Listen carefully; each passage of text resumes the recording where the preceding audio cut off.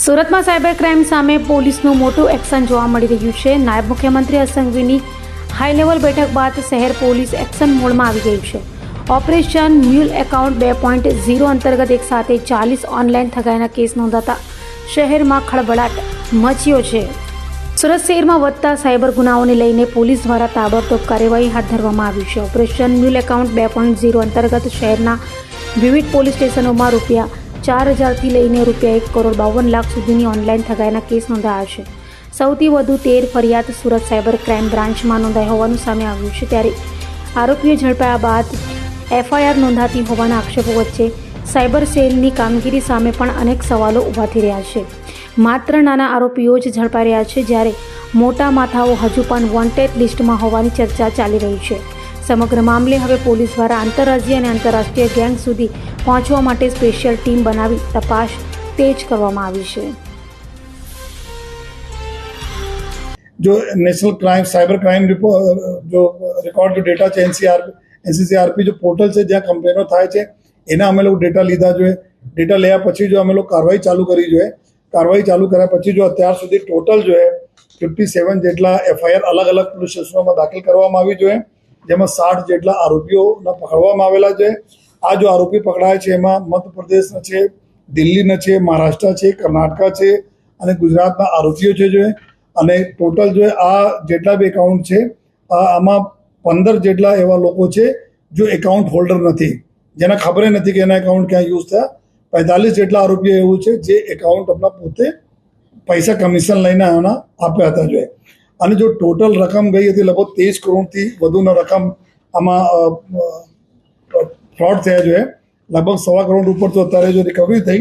પરંતુ મેઇન વાત એવું છે કે આ બધા જેટલા બી ગુનાઓ થયા 60% કેસીસ એવું છે જેમાં ઇન્વેસ્ટમેન્ટ ફ્રોડ છે. ઇન્વેસ્ટમેન્ટ ફ્રોડ એટલે કે કોઈ લોભાવની સ્કીમ લાવે અને ધીમે ધીમે આજે ₹1,000 નાખ્યા, કોઈ 500 નાખ્યા અને સમયાંતરે 4-5 મહિના ચાલતી હતી. અમુક પૈસા રિટર્ન કર્યા જેથી કે બરાબર આ ટ્રેપમાં આવી જાય. તો ધીમે ધીમે પૈસા નાખતા ગયા લોકો અને પૈસા વિડ્રો થતા ગયા. છેલ્લા એને જ્યારે ખબર પડી જોઈએ કે રિટર્ન આવવાના બંધ થઈ ગયા છે અને પૈસા મારા લઈને ગાયબ થઈ ગયા, ત્યારે આ લોકો કમ્પ્લેન કરી. તો મીન ટાઈમ આ બધા પૈસા નીકળી જાય છે અને આ પૈસા બધા અહીંયાથી નીકળીને વિદેશોમાં જો લિંક મળી છે વિદેશોમાં જતા રહે છે. તો આમાં 60% કેસે એવું તો જો ઇન્વેસ્ટમેન્ટ ફ્રોડ છે. જો કોઈ એક દિવસ નહીં થયા કે 4-5 મહિનામાં ધીમે ધીમે પૈસા થયા અને પૈસા આમાં આ રીતે નીકળી ગયા. તો અમે લોકો જો બારંબાર અપીલ પણ કરતા રહીએ છીએ कि कोई पर जो लोभावनी स्कीम में नहीं आए, जब तक सरकार मान्य या जो सरकारी संस्थाओं છે એના માન્ય કોઈ સ્કીમ નહીં રહે તો આપ એમાં નહીં પડો જોઈએ. એના રીઝન એવું છે કે આ બધા ચીટિંગ કરવાના, પહેલાં સારા પરત આપે પછી આપના મોટા એમાઉન્ટ લઈને અહીંયાથી નીકળી જાય.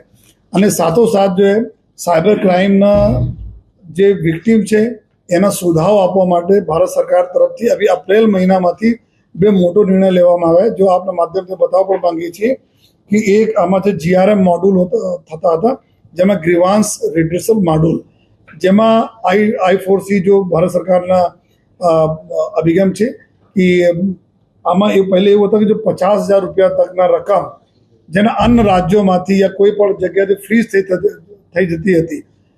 કારણ કે અમે ₹100, ₹200 કોઈ ફ્રોડના તમારા એકાઉન્ટમાં આવી જાય અને તમારા એકાઉન્ટ અન્ય રાજ્યોના પોલીસ દ્વારા ફ્રીઝ થઈ જતી હતી. તો ₹50,000 તકના રકમ હોય તો તમે અહીંયા પોતાના બેંકમાં જઈ શકો છો. બેંકમાં તમે ડોક્યુમેન્ટ અગર આપશો, જેન્યુઇન ડોક્યુમેન્ટ કે ભાઈ અમારા આ રીતે જેન્યુઇન તમારા આ પૈસા કોઈ લેવા દેવા નથી, તો આપને ઇમિડિયેટલી અનફ્રીઝ કરી દેવામાં આવશે. આ બેંકને સત્તા આપવામાં આવેલી છે ₹50,000 તકના રકમની. બીજી જો ભારત સરકાર તરફથી જો સુવિધા આવી જોઈએ જેમાં I4C તરફથી, જેમાં MRM છે. MRM એવું છે કે money return module, refund module. Money refund મોડ્યુલમાં જો ₹50,000 તકની જો પહેલે રકમ થતી હતી અને લોકો તાત્કાલિક 1930 ઉપર જો બ્લોક કરી દેતા હતા, પૈસા ફ્રીઝ થઈ જતા હતા, પછી સાયબરમાં યા પોલીસમાં અરજી આપતા હતા અને અરજી તપાસ કરીને ડોક્યુમેન્ટ લઈને પોલીસ નામદાર કોર્ટના ઓર્ડર લઈને એના પૈસા પરત કરાવવાની વિધિ કરતી હતી. પરંતુ અત્યારે ભારત સરકાર તરફથી જો MRM મોડ્યુલ છે એમાં ₹50,000 તકના રકમ છે.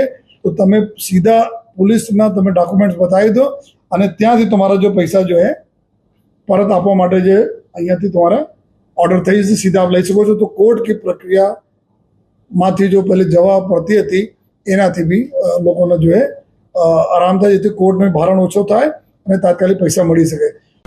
અભય થઈને નિષ્પક્ષતાથી નિરપેક્ષ રીતે વાસ્તવિકતાનો અરીસો રૂપી સચોટ માહિતી લાવતો સત્યની સાથે અભય ટાઈમ્સ.